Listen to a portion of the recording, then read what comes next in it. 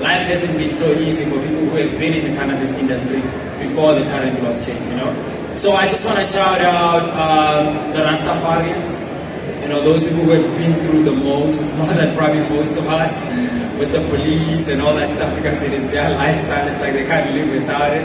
So wherever they go, they're already targets, So I just want to say I honor every Rastafarian that has ever gone through any struggle for the emancipation of cannabis. And also all the traditional healers that have continued to prescribe cannabis as medicine, because they understood fundamentally that just because somebody imposed the law on something doesn't mean it stops being medicine. So they have continued to prescribe it as medicine regardless of what the laws have said. So I just want to say shout out to all the traditional healers out there. I would also like to shout out the dealers. Those people that have been living off the plant regardless of what the law says, right? You guys are the reason why your families have been able to eat. I understand that at times some things have not always gone your way, so cannabis was the way to put food on the table. So I salute you for having put yourself on the line, because at the end of the day, cannabis is just a plant. Regardless of what they say about it, it's just a plant. So it's not like people who have been selling it are people who are evil or anything like that. Not at all. So I just want to honor them as well, especially those that have been taking care of their families. And I would also honor some of the people who have been using the user. You are the reason why the cannabis industry exists, ladies and gentlemen. I believe everybody in here is a user. Every single person who comes in here is a user in one form or another, whether as edibles or as oils or whatever the case may be. So, I've come to a place in my life now where I understand that, healing can only be holistic, right? We cannot look at a disease from one aspect. Sometimes the way you think can make you sick. Your feelings can make you sick. The things that you eat and consume can make you sick. And the environment or the things that you do with your life can also make you sick. So there's a couple of things that contribute towards, literally affecting your health.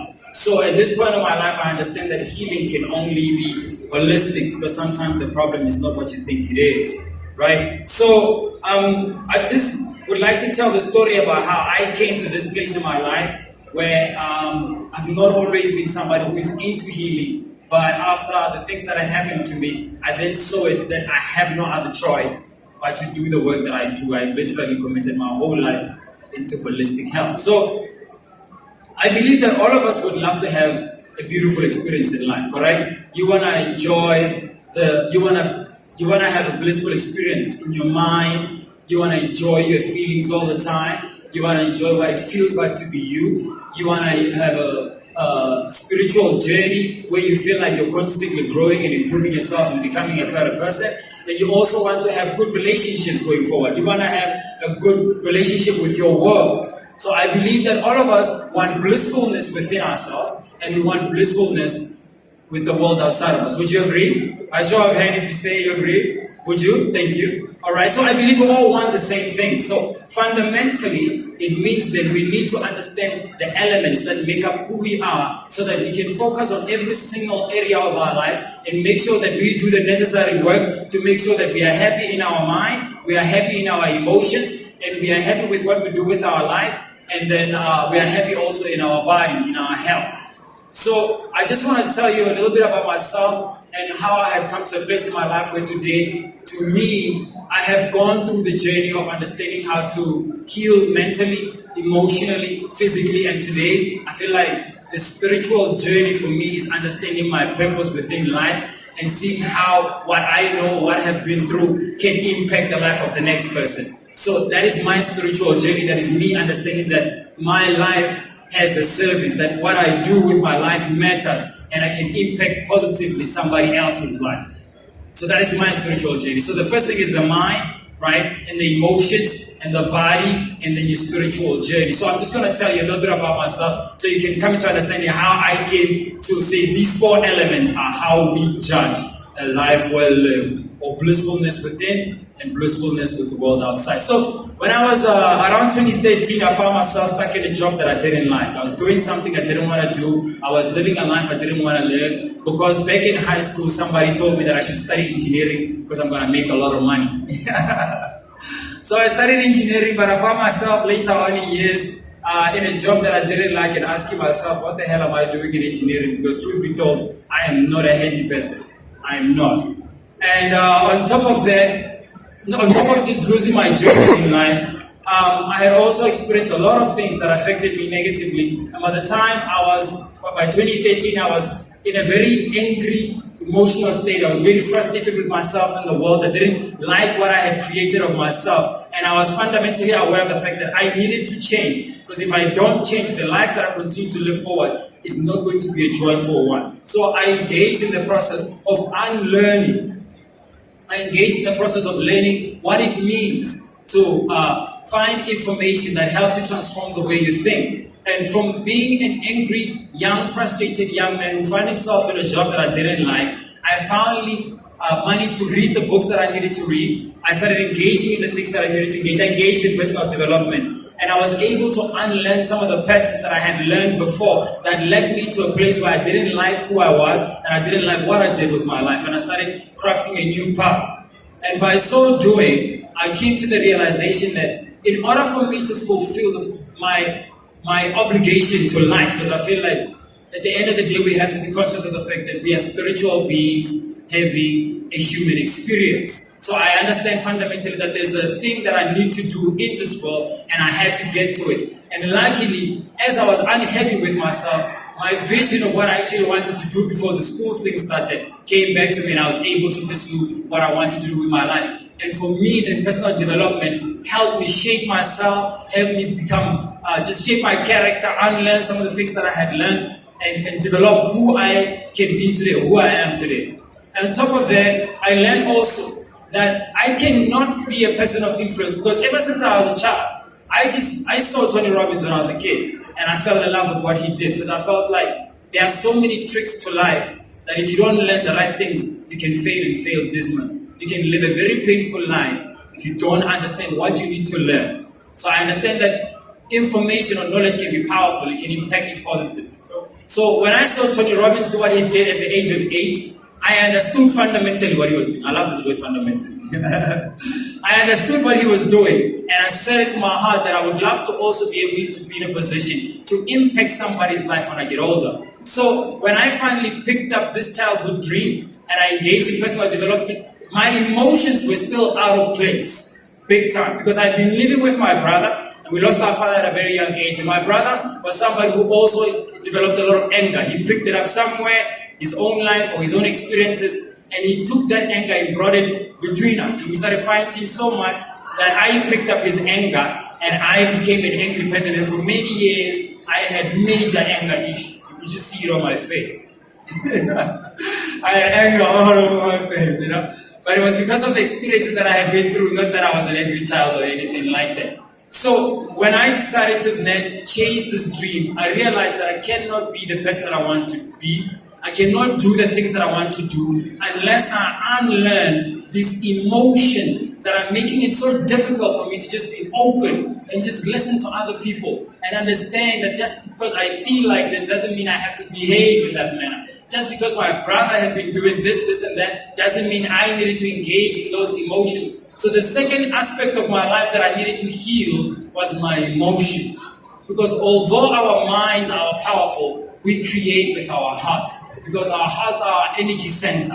That is why when you think a thought, you feel it, right? And your emotions are what literally control you. I love what Dr. Joe Dispenza says. Dr. Joe Dispenza says that at some point in your life, your emotions become the master. The body becomes the master and the mind becomes the servant. When in actual sense, the mind must be in control of the body and the body must be the servant to the mind. So when you learn negative emotions and negative patterns, your emotions start controlling your mind.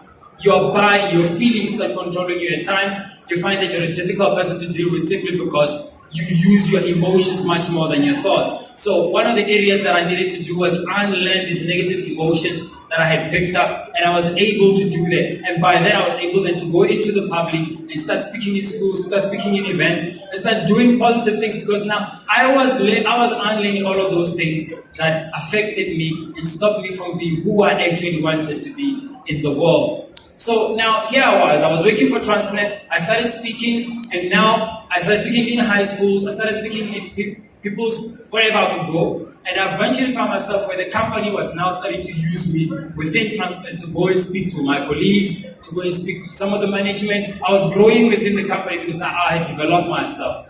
But around 2016, so between 2013 and 2016, I started doing the work on myself. And finally, I was there. But around 2016, I found myself where I'm engaged in personal development. I'm running, I'm exercising, I'm meditating, doing yoga. I'm doing all the most positive things that I can to make sure that I get to where I'm going in life. And then another aspect of my life came up at a time when I didn't expect it. I see that it happens a lot for many people. While I was on my personal journey and I'm flying, I start getting sick. And I cannot understand what is leading me to get sick in the first place. I'm losing energy. I'm always tired. No matter how much I run, my thoughts are getting foggy. I can't remember anything. I go to sit down to read a book. I'm sleeping in my book. My libido is going down. And at this point, I'm just a young man. I'm asking myself, what is it? What more could I be doing? I mean, I'm trying to do everything right. I'm exercising, I don't drink, I don't party, I don't do none of the things that I used to do that led me down this path. But what could be the reason why my health was failing me? So I started learning about what was going on within my body. And as I was doing the research, everything led to the fact that I was now starting to suffer from type 2 diabetes. So, of course, I'm shocked. I'm a young man. I don't expect myself to be going through such things. And the only information that I know about diabetes is that it's a chronic disease, which means I had to live the rest of my life with this disease. But something in me said I cannot face the idea of not being able to procreate. I cannot face the idea of finding myself in a situation where diabetes is taking away my sex drive and my libido, and I'm just becoming, they say anger is an emotion of an impotent man. I didn't want to find myself constantly just angry because I have no form of masculinity in me left, and the only way I can express it is through my rage. So anyway, I said to myself, I'm going to figure out what diabetes is. I'm going to figure out what causes diabetes. I'm going to find out what I did wrong or what I'm doing wrong. And no matter what, I will find a solution. So I committed myself to doing that because I just couldn't face the idea of living in a sick body. So I started going on the internet, but everything I found was saying that insulin. And something in me said, I'm not going to be that guy.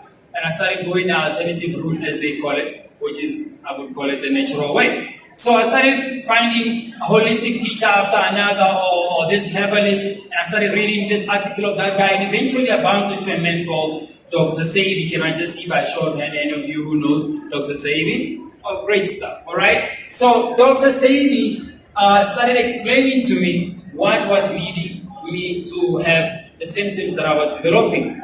And I started, and what was actually intriguing to me about Dr. Sabi is because here's a man who says, I have never been to school.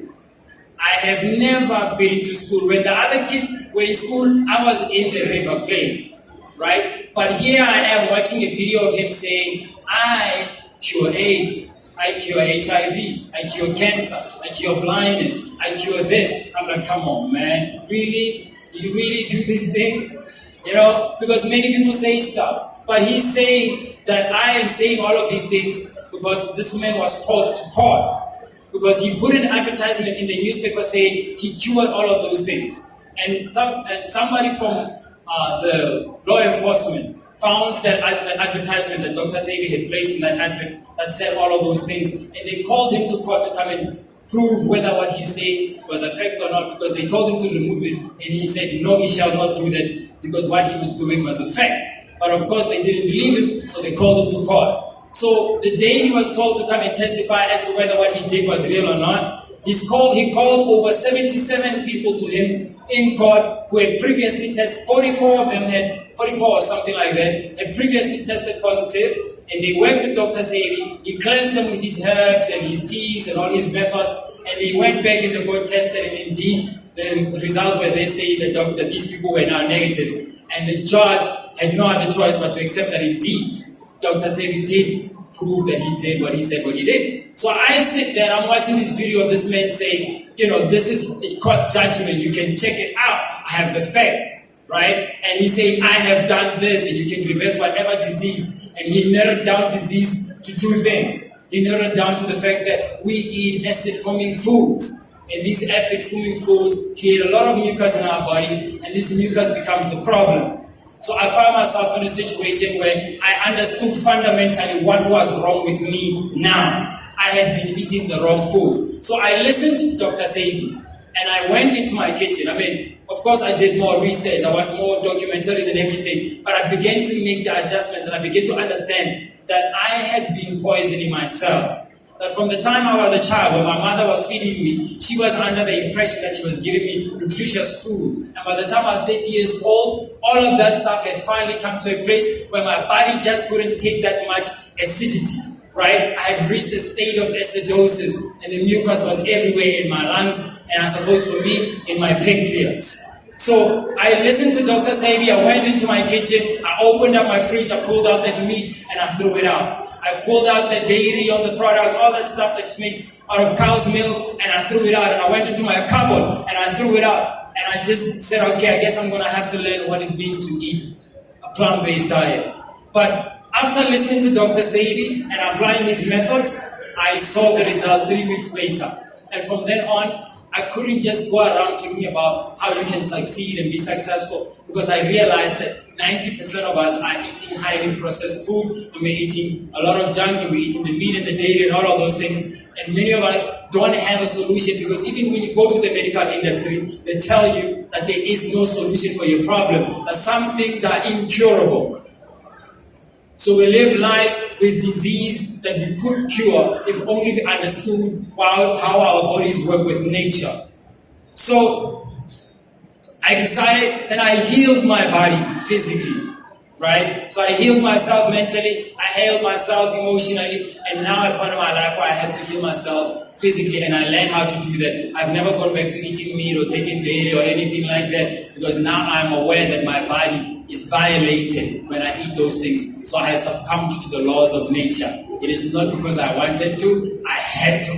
I had to let go, right? So I began to get sad though, after understanding what is wrong. Because I realized that the society that we live in today thrives on deception. It thrives on creating problems for people and making it seem like we're solving them, when in actual sense we're not, we just continue to make them worse. So I realized that the food industry is rigged, right? They are producing genetically modified food, right? They are engineering our food. They are going into labs to create food. And I said, the food industry has been taken over.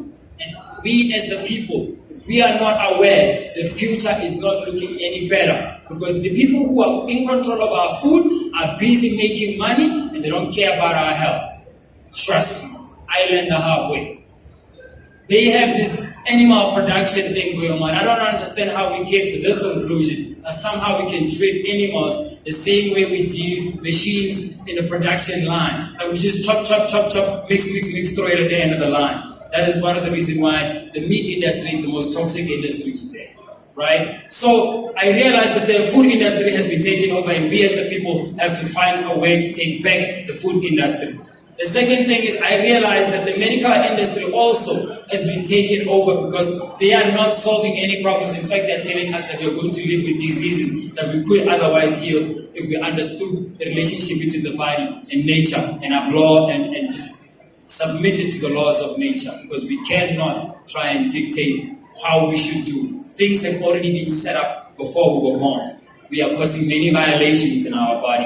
That's part of the reason why we cannot have peace within our minds, in our bodies, and in our emotions. We are violating the laws of nature. So I then said to myself, okay, the food industry has been taken over, the medical industry is taken over, and now the media is being used to create deception, which means these three industries, as the people going forward, we are going to have to take control of them, because they are controlling the narrative. They are controlling what we eat or what get advertised to us and what we accept as normal. So this then led me to say, I am going to be part of the people who are going to be on the other side saying, we are going to push back. I'm going to be part of the people who are on the other side educating people about the truth about the medical industry, the food industry, and also the media, so that we can be aware and start making the adjustments. And so in my journey to do that, I created my website, Molo Health, and I work with other people who produce natural medicine because my aim is to produce a natural world from now on going forward. So I have people who make lotions. I work with those people. I put their products on my website. Others make oils and essential oils. All of them, I make sure that these products, I study them myself to make sure that they are in line with what my objective is, which is to create a natural world. And this is what led me to become part of the CDC. And I'll specifically speak about the CDC because I have a vision about what the world should be going forward. And I see that the CDC is the only organization in my eyes, maybe there might be another one, but in my eyes, the CDC is the only organization that can help me achieve the goals that I want to achieve and also help society be able to achieve the goals that we are trying to achieve collectively. And the reason I speak about the CDC is because here we are at a cannabis convention and we're talking about alleviating poverty, we're talking about an injection in the economy, we're talking about great money. So the one word that we need to talk about from now on going forward should be economic inclusion, which is what the CDC fundamentally talks about. We want to make sure, or not even we, because I'm just a member, right? But the CDC's aim is to make sure that there is economic inclusion, that every single person who wants to enter the cannabis industry can do so in a cheap way, that you don't have to have 40,000 or 100,000 to be able to have the opportunity to enter this market. So the aim of the CDC is to bring people back to growing and make sure that they are part of this growing economy, right? And I say, since we are going back to growing now, since we are making it possible for people to start growing, let's move beyond just cannabis. Let's start growing the other food, because we made a mistake when we moved away from the industrial era, from the agricultural era to the industrial era. We gave somebody else the responsibility to take care of our food. Now it is time for us to take that back, because if we don't, the GMO food is never going to stop. The animal production is never going to stop. The preservatives, the packaged food, the canned food, it's never going to stop. It's only going to continue to get worse. And there is no nutrition or health over there in any case. So we might as well make a U-turn. We might as well start saying, while we grow cannabis, let us grow vegetables and fruits in our own yards so that we can take control of the food industry from now on going forward, right? So the second language that we need to talk about going forward and talking about the CDC, ladies and gentlemen, is spiritual economics. That is the understanding that we have to let spirit, we have to let consciousness allow us and lead us, so that in the end we do not violate the laws of nature that say do unto others as you would have them do unto you. There is no pleasure in making money out of people's sickness or keeping people sick just because you want to make money. We have got to move away from a world that benefits from people's pain. So since we all agree that nature is a healer, because all of you wouldn't be here with all your stalls, all of you wouldn't be in cannabis, understanding fundamentally that cancer, we are all destroying it with all the products that we make here. Great. So since that is the situation, let us also make sure that we let our spirituality lead. We allow the fact that we understand that nature has always been the one and only best healer, and nothing that the pharmaceutical industry can ever come up with can ever take over or be better than what nature has already created for us, right? We have got to come to that conclusion. I fundamentally understand that these three industries, their time has come, because cannabis is making it possible for us to agree that nature heals. The first thing we agree on right now with every single body here is that nature heals. And if that's the case, then we have to allow what works for society to continue to work. We have to allow what is in line with nature and our bodies and the true essence of healing to be what leads. So the idea of making money out of people's pain, like Big Pharma is doing, they're gonna fade out. And I would advise anyone who is already into that industry to start jumping into the natural space, because this is how we are going to make it possible. And through the CDC, our aim is to organize all the traditional healers, to organize all the medical healers, to organize all the small little people in the villages, in the Gazi, in the towns, so that we can create a collective economy. And we need to do this together, because what we don't realize is if we don't have a regulatory body that makes sure that it is possible for everybody to enter the industry, we are essentially living this industry. There's one thing that we have to correct. They call it the green gold, right? It is estimated in the billions, 100 and something billions, which means now anyone who has the potential to grow can enter the industry.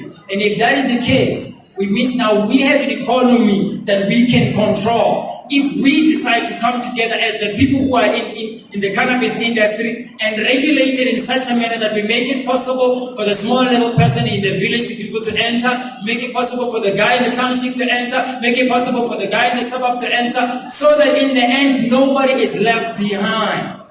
Right? So that everybody can start making money together. This is the time we have to correct the wrongs that have perhaps been done in the past, where some people have been left outside of the economy. Cannabis gives us the power to include everybody, and through the CDC and organizing every single person, we have the ability to do that. But if we don't, we leave it into the hands of the politicians who have been shown to care only about their own agendas. I've been speaking for more than 25 minutes right now. I don't even know if I'm still on cue. So I gotta wrap it up. But what I wanted to say, ladies and gentlemen, is the future is natural. The future of healing is natural. The future is we having to accept that nature has always been our mother, and she's always been the only healer and the only one who has the ability to feed us all, and she has abundance. There's no running out. So the future has come. The time is now for you to join cannabis, for you to be part of the CDC, for you to be part of the natural world, so that together we can start doing things that are beneficial for your children, because it is their future we have to think about. Because all of these shenanigans that are helping us and that are killing us and taking away our health today are the reason why your children will suffer tomorrow. So if you want to help us, if you want to be part of the people who are going to assure your children's future, be part of the CDC. Come see us. Come talk to us. See how you can help. See how you can add value to this organization to make sure it survives and everybody can have the opportunity to participate in this economy, and we can heal the nation together. I thank you all.